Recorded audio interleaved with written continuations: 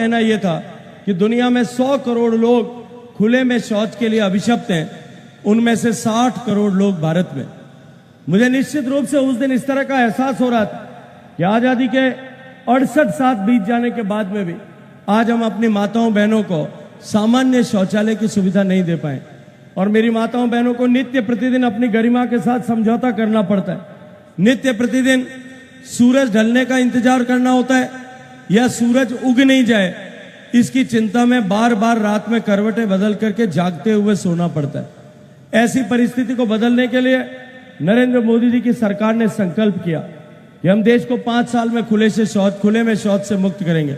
और मित्रों, मैं आज गर्व के साथ में कह सकता हूं कि पूरी दुनिया ने जो लक्ष्य रखा था कि भारत जैसे देशों को जिनको जो है लगभग 12-13 करोड़ शौचालय बनाने की आवश्यकता होगी, 60 करोड़ लोगों को इस तरह के शौचालय की सुविधा प्रदान करनी है, उनको कम से कम भी इस काम के लिए 15 साल का समय लगेगा। शेष बचे हुए जो 40 करोड़ जहां पे खुले में शौच के लिए अभिशप्त देश थे, उनमें से अधिकांश अफ्रीकी देश थे। आज वो देश अपना काम पूरा नहीं कर पाए, जबकि भारत में जो तय समय सीमा थी उससे 11 साल पहले 2019 में देश को खुले में शौच से मुक्त करने में सफलता प्राप्त की। और मित्रों, उसके ठीक कुछ दिन बाद में माननीय प्रधानमंत्री जी, क्योंकि मैं उस समय तक जल शक्ति मंत्रालय का प्रभार मेरे ऊपर था, उसका दायित्व मुझे माननीय प्रधानमंत्री जी ने दिया था और जल के साथ में स्वच्छता भी चूंकि मेरे ही मंत्रालय का हिस्सा है, माननीय प्रधानमंत्री जी के आशीर्वाद से मुझे दोबारा दुनिया के सबसे बड़े स्वच्छता के समारोह, जो सैनिटेशन का और ड्रिंकिंग वाटर का सबसे बड़ा समागम होता है, उस स्टॉकहोम वीक में जाने का अवसर मिला। और मैं जब वहां पहुंचा और मैंने स्टॉकहोम वाटर वीक में, क्योंकि भारत ने 100% सफलता प्राप्त की थी, जब मैंने वहां खड़े होकर के भारत का विषय कि भारत ने किस तरह से 5 साल से भी कम कालखंड में सफलता प्राप्त की है विषय जब लोगों के सामने रखा, तो निश्चित रूप से जहां पिछली बार मैं एक अपराधी के रूप में बैठा था, अब की बार मैं एक विजेता के रूप में वहां गया और मैंने भारत का प्रतिनिधित्व करते हुए एक गर्व का महसूस किया। हमने 12 करोड़ शौचालय 5 साल के कालखंड में बना करके देश को खुले में शौच से मुक्त किया। ठीक इसी तरह से 4 करोड़ गरीबों को आवास दिए और उसके साथ साथ में 4 करोड़ परिवारों तक बिजली पहुंचाने का काम किया। 12 करोड़ गरीबों तक गैस का चूल्हा पहुंचा और उसके अतिरिक्त देश के करोड़ों गांव लोगों को हमने चिकित्सा के खर्च से मुक्ति दिलाने के लिए आयुष्मान भारत का आवरण प्रदान किया। देश के किसानों को किसान समृद्धि योजना के तहत 12 करोड़ किसानों को हमने किसान समृद्धि या निधि की योजना का लाभ देना प्रारंभ किया। इस तरह से गरीब के जीवन में परिवर्तन लाने के लक्ष्य को लेकर के चालू की गई योजनाएं, जिनको एक नए गवर्निंग प्रिंसिपल के साथ में लागू किया गया कि देश में जो कोई भी योजना बनेगी उसे बिना किसी भेदभाव के, बिना किसी राजनीतिक भेदभाव के, बिना किसी वोटों की गिनती किए हुए, बिना जातिगत भेदभाव पे, बिना मजहब के भेदभाव पे, केवल और केवल एक लक्ष्य कि देश में जो कोई भी पात्र है उन सब लोगों को योजना का लाभ मिलना चाहिए। इस लक्ष्य के साथ में योजनाओं को धरातल पर उतारा और आज आप कह सकते हैं हर घर तक गैस का चूल्हा पहुंचा है, हर घर तक बिजली पहुंची है, हर गरीब तक घर पहुंचाने का हमने सफलतापूर्वक काम किया और आगे कर रहे हैं और हर घर तक पीने का पानी पहुंचाने के संकल्प के साथ में भी हम काम कर रहे हैं। देश के 10 करोड़ घरों तक अब तक पीने का पानी पहुंचाने का संकल्प सिद्ध हुआ है और 10 करोड़ माताओं बहनों के सर से मटके का बोझ उतारने में हमने सफलता प्राप्त की। इस तरह से देश की तकदीर और तस्वीर को बदलने, देश के गरीब आदमी के जीवन को परिवर्तित करने और देश का सम्मान पूरे विश्व भर में बढ़ाने के लक्ष्य को लेकर के माननीय मोदी जी की सरकार ने सफलतापूर्वक काम किया। जहां एक तरफ देश की सरकार देश की सांस्कृतिक विरासत को सहेजने और संभालने का काम कर रही है, देश की आस्था के केंद्रों के पुनर्निर्माण का काम कर रही है, वहीं दूसरी तरफ राजस्थान में एक ऐसी सरकार है जो केवल खोखले वादों और झूठे दिवा स्वप्न दिखा करके गरीबों के साथ छलावा कर रही है, किसानों के साथ छलावा कर रही है, युवाओं के साथ छलावा कर रही है, माताओं बहनों के साथ में छलावा कर रही है। और उन सब से आगे बढ़ करके भी जब सारे छलावे करने के बाद में इस सरकार को यह एहसास और भरोसा हो गया कि अब राजस्थान की जनता आक्रोशित है और राजस्थान की जनता हमको नकारने वाली है, आने वाले चुनाव में निश्चित रूप से जो है राजस्थान की जनता कांग्रेस सरकार को उखाड़ करके फेंकने का मानस बना चुकी है। तो अब मजबूरन सरकार को इस तरह की घोषणाएं करने की आवश्यकता पड़ी है। कभी वो फ्री बिजली की बात करते हैं, कभी किसानों को फ्री बिजली देने की बात करते हैं, और उसके बाद में आधी कीमत में गैस सिलेंडर देने की बात करते हैं, और उसके बाद अन्नपूर्णा रसोई किट देने की बात करते हैं।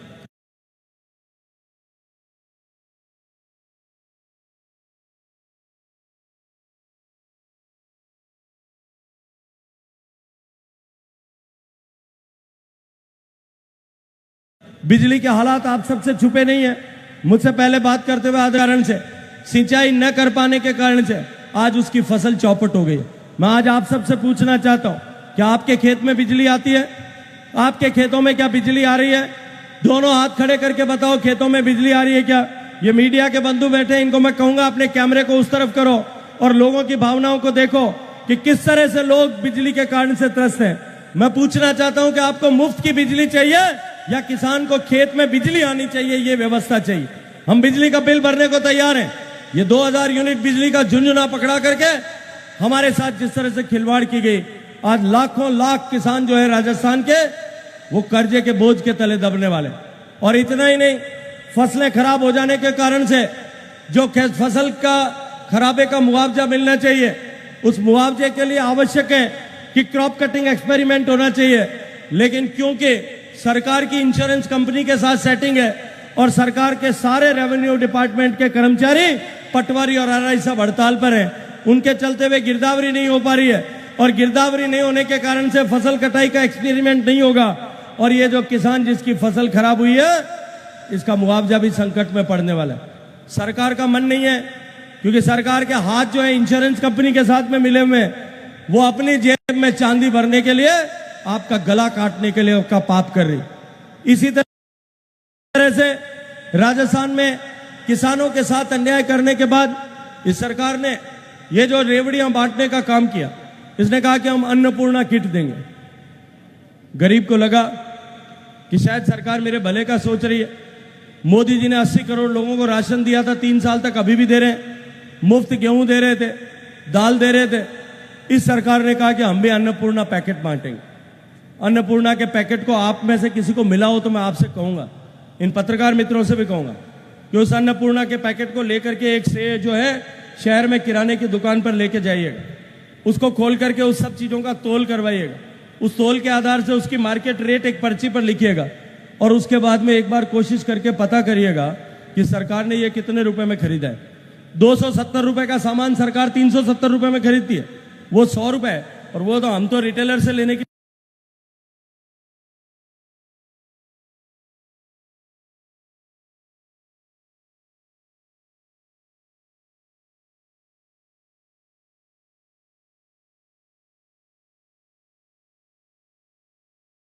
ले गए।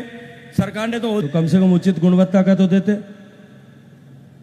जिस दिन पैकेट बंटना शुरू हुआ 15 अगस्त को, 15 अगस्त की शाम को पैकेट में मिर्ची के वीडियो आना शुरू हुआ। आप लोगों ने भी देखे होंगे, हिंदुस्तान के सारे चैनल्स ने चलाए। उस मिर्ची का रंग ईंट के खोरे के पाउडर के जैसा था, और बाद में जैसलमेर में सबसे पहले उसकी जांच हुई। एक आप ही के जैसे पत्रकार मित्र ने ले जाकर के उसकी सरकारी लेबोरेटरी में जांच कराई, सील्ड पैकेट को ले जाकर के जांच कराई, खोल करके हल्दी की जांच हुई, धनिये की जांच हुई, मिर्ची की जांच हुई, नमक की जांच हुई, और उसकी रिपोर्ट सरकार के लेबोरेटरी ने दी। मैं आज आपसे, एक पत्रकार मित्र बैठे, इतने सारे लोग बैठे, आपसे एक बात पूछना चाहता हूं। आपके और मेरे सबके घर में बिना मिलावट का सामान आए, इसकी जिम्मेदारी किसकी है? निश्चित रूप से सरकार की। अगर कोई सुमेरपुर के बाजार में बैठ करके छोटे किराने का व्यापारी होलसेल वाले से खरीद करके ला करके बेचे, और वहां पे फूड इंस्पेक्टर आए, वो मिर्ची का सैंपल ले और मिर्ची में रंग मिला हुआ पाया जाए, तो उसके खिलाफ कार्रवाई होती है कि नहीं होती है? उसके खिलाफ क्रिमिनल सेक्शन में कार्रवाई होती है कि नहीं होती है? उसको पुलिस जेल में भेजती है कि नहीं भेजती है? अब मैं आपसे दूसरी बात पूछना चाहता हूं। जब जैसलमेर में जो जांच हुई, उस जांच में मिर्ची मिलावटी थी। ये मैं नहीं कहता, सरकार की लेबोरेटरी कह रही। उसके बाद में मिर्ची के बाद में धनिया में गधे की लीद मिली हुई थी, हल्दी मिलावटी थी, और तो कुछ मिलावटी होता नहीं होता। ये नमक भी जो है वो सब स्टैंडर्ड इस सरकार ने सप्लाई किया। मैं आज आपसे एक बात पूछना चाहता हूं, जैसे ही इस बात का जो लेबोरेटरी का सर्टिफिकेट आया, कलेक्टर को क्या कार्रवाई करनी चाहिए, फूड इंस्पेक्टर को क्या कार्रवाई करनी चाहिए? उन्होंने एक आदेश किया कि अब आगे ये पैकेट वितरित नहीं करें। लेकिन जिन 24,000 परिवारों तक वो पैकेट पहुंच गया, उनके जीवन के साथ जो खिलवाड़ हुई, उसका जिम्मेदार कौन है? उसके जिम्मेदार कौन है? मैं आज आपसे पूछना चाहता हूं। उनके खिलाफ जो जिम्मेदार है, उसके खिलाफ कार्रवाई होनी चाहिए थी कि नहीं होनी चाहिए?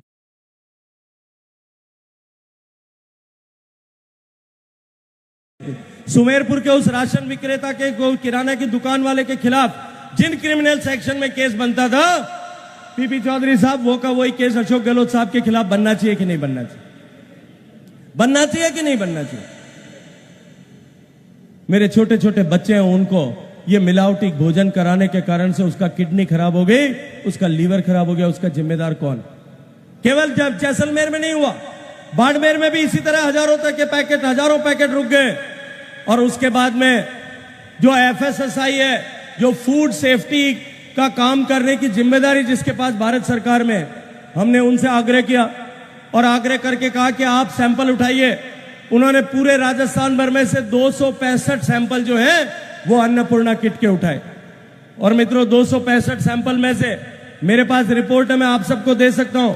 उस 265 सैंपल में से 72 सैंपल फेल हो गए, 1/4 सैंपल फेल हो गए। ये सरकार मिलावटी सामान आपको और मेरे को दे करके हमारा भला करना चाहती है या खुद का भला करना चाहती है? ये चांदी कूट करके आपके और मेरे बच्चों की जिंदगी को खतरे में डालना चाहती है कि नहीं चाहती है? ऐसी आपराधिक सरकार, और मैं जिम्मेदारी से कह रहा हूं, आपराधिक कृत्य करने वाली सरकार को हम माफ कर सकते हैं क्या? जिस तरह से इस सरकार ने माताओं बहनों की इज्जत को तार तार किया, 2 लाख महिलाओं के साथ में अत्याचार की घटनाएं हुई। मैं कल की घटना का मात्र एक उल्लेख करना चाहता हूं। कल कांग्रेस पार्टी की जो है राजकुमारी राजस्थान में आई हुई थी। वो राजकुमारी जो उत्तर प्रदेश की जब प्रभारी थी, बड़े जोर शोर से वादा करती थी, बड़े जोर शोर से दावा करती थी कि मैं लड़की हूं, लड़ सकती हूं, महिलाओं की इज्जत के लिए लड़ूंगी। उन्होंने बड़े बड़े दावे किए थे। और जहां कल उनका कार्यक्रम था, उससे मात्र कुछ किलोमीटर दूर, 3 किलोमीटर दूर, एक महिला की निर्वस्त्र लाश मिलती है। उस केस को दबा दिया जाता है क्योंकि राजकुमारी कहीं महिला हो, लड़ने के लिए नहीं आ जाए। और उतना ही नहीं, भीलवाड़ा के गंगापुर में शाम का भोजन करने के बाद शाम को 7:30 बजे एक 30 साल की महिला अपने घर से बाहर निकलती है चहलकदमी करने के लिए। एक गाड़ी आती है, उसमें कुछ लोग आकर के उसको अगवा करके ले जाते हैं। 3 दरिंदे उसके साथ दरिंदगी करते हैं, उसके साथ बलात्कार करते हैं और संपूर्ण निर्वस्त्र अवस्था में बिना एक भी कपड़ा पहनाए हुए उसको सड़क पर छोड़ देते। कितनी मुश्किल हुई होगी उस महिला को, कितना दुख और तकलीफ से सहा होगा उसने। वो घर से बाहर निकलती है, वो सड़क से बाहर निकलती है, पुलिस थाने के पास पहुंचती है, तब पुलिस का सिपाही कहीं से एक तंबू फाड़ करके और उसको तन ढकने के लिए कपड़ा देते। तुरंत इस पर कार्रवाई होनी चाहिए थी कि नहीं होनी चाहिए? ऐसे दरिंदों को सजा मिलनी चाहिए कि नहीं मिलनी चाहिए? लेकिन सरकार क्या करती? क्योंकि राजकुमारी वहां है तो मुख्यमंत्री कार्यालय से आदेश जाता है और जयपुर में बैठा हुआ पुलिस का आला अधिकारी एक जो है ट्वीट लिख करके कहता है कि ये तो जो है घटना झूठी है, ऐसी कोई घटना हुई नहीं। ऐसे लोगों को सजा मिलनी चाहिए, इसकी मांग गजेंद्र सिंह उठाता है। उल्टा गजेंद्र सिंह की आलोचना करते हुए ट्वीट लिखते हैं, मुख्यमंत्री का कार्यालय लिखता है खुद कि मंत्री को जिम्मेदारी के साथ व्यवहार करना चाहिए। महिला के साथ में इस तरह की कोई घटना नहीं हुई। 3 बजे वो समाचार देते हैं और 5 बजे भीलवाड़ा का आईजीपी प्रेस कॉन्फ्रेंस करता है कि इस घटना में जो जिम्मेदार थे उन सबको हमने गिरफ्तार कर लिया है और महिला के प्रति हुए इस अपराध के ऊपर हम समुचित कार्रवाई करेंगे। अब बताइए, कोई महिला अगर जिसके साथ में अब जो बलात्कार हुआ हो, उसको कितना दुख हुआ होगा? उसके बाद में उसका दुख कितना बड़ा होगा कि जब उसको निर्वस्त्र सड़क पर छोड़ दिया जाए। उसके बाद में भी उसका उन दोनों से दुख से भी ज्यादा बड़ा दुख ये होगा जब इतना बड़ा दुख झेलने के बाद में भी उसको झूठा करार दे दिया जाए। क्या कोई महिला ऐसा हो सकता है कि सारे कपड़े खोल करके का संपूर्ण नग्न अवस्था में थाने में जाकर के शिकायत दर्ज कराने के लिए जाए? ये राजस्थान कांग्रेस अपनी युवराज्ञी, अपनी राजकुमारी के सामने अपनी प्रतिष्ठा को बचाने के लिए इस तरह का पाप करती है। क्या ऐसी पापी सरकार को हम बर्दाश्त कर सकते हैं? क्या ऐसी पापी सरकार को परिवर्तन करना हमारा धर्म नहीं है? और जो सरकार हमारी धर्म पर चोट करती है, जो सरकार सनातन पर चोट करती है, जो सरकार हिंदू धर्म की आस्थाओं और मान्यताओं पर चोट करती है, कभी राम को नकारती है, कभी धर्म को नकारती है, और कभी ये कहती है कि ये सनातन जो है, मोदी जीत गया तो ये ताकतवर हो जाएगा, इस सनातन को समाप्त करो। जो कांग्रेस पार्टी ये कहती है, क्या हम उसको स्वीकार करेंगे? क्या अगर हम उसको स्वीकार नहीं करना चाहते तो हमको ये तय करना पड़ेगा कि हम राजस्थान में परिवर्तन लेकर के आएंगे। मैं पूरे राजस्थान भर का प्रवास करके आया हूं और मैं जिम्मेदारी के साथ में कह सकता हूं कि लोगों में प्रचंड आक्रोश है, भारी गुस्सा है, और इस गुस्से के चलते हुए राजस्थान की जनता परिवर्तन का मन बना चुकी है। अब हम सर जो है, अब की बार हम राजस्थान में प्रचंड बहुमत के साथ में सरकार बनाएंगे। पिछली बार भी आपने सुमेरपुर में भारतीय जनता पार्टी का कमल खिलाया था, और आप सौभाग्यशाली है कि आपके यहाँ कमल खिला। जहां नहीं खिला था वहां विधायकों ने जिस कदर बेहद बेतहाशा भ्रष्टाचार किया है, भ्रष्टाचार की जिस तरह की दौड़ लगाई है, विधायकों ने कूट कूट करके जिस तरह से चांदी अपनी जेबों में भरी है, लूट लूट करके जनता को जिस तरह से बेहाल किया है, राजस्थान की जनता बदलाव के लिए आतुर है। उस बदलाव के लिए हम सबको भी सहभागी बनना पड़ेगा। हम सबको संकल्प करना पड़ेगा कि अब जब तक हम इस कुशासन को, इस कुराज को, इस महिला विरोधी सरकार को, इस दलित विरोधी सरकार को, इस युवा विरोधी सरकार को, इस धर्म विरोधी सरकार को, और हम सब के विरोध काम करने वाली इस भ्रष्टाचारी सरकार को उखाड़ करके न फेंक दें, तब तक हम न रुकेंगे और न झुकेंगे। हमारा जवाई बांध, अभी मुझे जोगेश्वर जी कह रहे थे कि पूरे पिछले जब से बना है तब से लेकर के अब तक 9 बार भरा है। उसमें 2 बार तो कांग्रेस ने राज में भरी और 7 बार बीजेपी ने राज में भरी। भाई हमारे दादी सा है को नहीं, हमारे दादी सा कहता कांग्रेस री काल रही एक राशि, अन्य राज में काल ही काल पड़े। लेकिन जवाई बांध को पुनर्भरण करने के लिए भी इन्होंने वैसा ही रबर का झुंझुना आपको पकड़ाया है जैसा किसान को कर्ज माफी का और युवाओं को जो है वो बेरोजगारी भत्ता देने का पकड़ाया था। किसी तरह का कोई समझौता नहीं किया, गुजरात से किसी तरह की बातचीत नहीं की, और उसके अलावा केवल थोती घोषणा करके कि हम 2200 करोड़ रुपए देंगे, आप लोगों को कांच दिखा करके, आप लोगों को सब्ज बाग दिखा करके वोट बटोरने की कोशिश ये कर रहे हैं। मैं जिम्मेदारी से आज इस मंच पर खड़े होकर के कह रहा हूं कि हमने गुजरात के साथ में बातचीत की, सारे आंकड़े मंगवाए, सारे आंकड़े मंगा करके दोनों राज्यों के साथ में वार्ता की, दोनों राज्यों के अधिकारियों को बुलाया, लेकिन अशोक गहलोत सरकार का मंत्री ईआरसीपी पर, जवाई पुनर्भरण पर और माही का पानी राजस्थान में लाने को, इन तीनों विषयों पर जब हमने मीटिंग बुलाई, राजस्थान सरकार का मंत्री उस मीटिंग में कभी भी नहीं आया। एक बार भी राजस्थान सरकार उसमें प्रतिभागी नहीं हुई, एक बार भी राजस्थान सरकार उसमें मीटिंग में नहीं आई। ये केवल और केवल वोटों की गिनती के लिए, वोटों के लालच में इस तरह का झूठ बोल करके आपको सब्ज बाग दिखा रहे। मैं इतनी सारी माताएं बहनें यहां बैठी, पिछली बार हमारे साथ धोखा हुआ था कि नहीं हुआ था? किसानों के साथ धोखा हुआ था कि नहीं हुआ था? अब मेरे को एक बात बताओ, एक बार हम धोखा खा जाएं तो दोबारा हम खा सकते हैं क्या?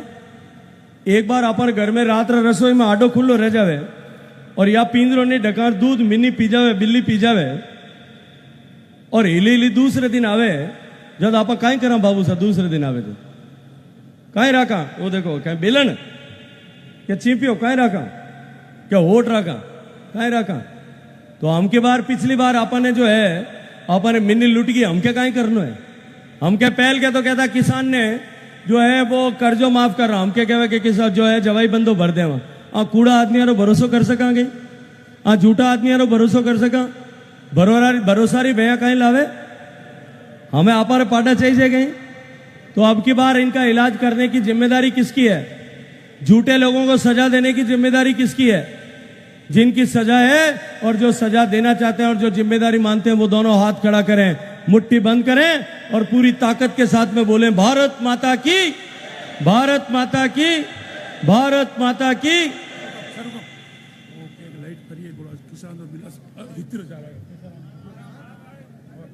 अरे मैं बता देता हूं आपको यार, ये खिमाराम जी बिल लेकर के आए कि किसान की बिजली का, ये केसर राम जी का बिल है 70,000 रुपए का है। मैं बता देता हूं आपको, इसका हिसाब भी बता देता हूं। इन्होंने जो बिजली बिल की घोषणा की है मुफ्त देंगे, जिसके घर में 15 हॉर्स पावर से ज्यादा का मोटर है उसके वो योजना लागू नहीं है। हमारा मोटर 15 में बत्ती है तो भी आ रही है बिल।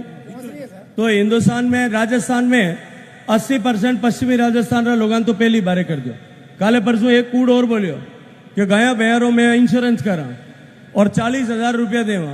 उनमें लिखियो है कि जो गाय 1 किलो दूध देवे उन्हें 3,000 रुपया देवा, 2 किलो दूध देवे उन्हें 6,000 रुपया देवा। हम 40,000 कोई गाय अगर 13 किलो दूध रोज देती वे तो उन्हें 40,000 रुपया देवा। कोई गाय ला दी गई था नहीं। ये तो कूड़ा नहीं सरकार है, झूठ बोलने वाला वहां कहीं कोई काम नहीं है। वो जो बिल आयो है वो बिल आयो है साहब किसान रहे केसर राम जी नाम है हमारे बिल आयो 68,501 रुपया। 68,000 रुपया बिल आयो क्या हमारे तो एक कुंडियो भरी जाए वो तो आखिरी तारीख तक है और तारीख तक नहीं भरा तो 71,000 रुपया लागे। और बिल री एक कॉपी मन दो जो अखबार में छपा दूं मैं छाप देगा। इसकी ये आपका ओरिजिनल तो आपके पास रखो, इसकी एक फोटो कॉपी मेरे को दो और तुरंत ये सारे कागज मेरे को दो।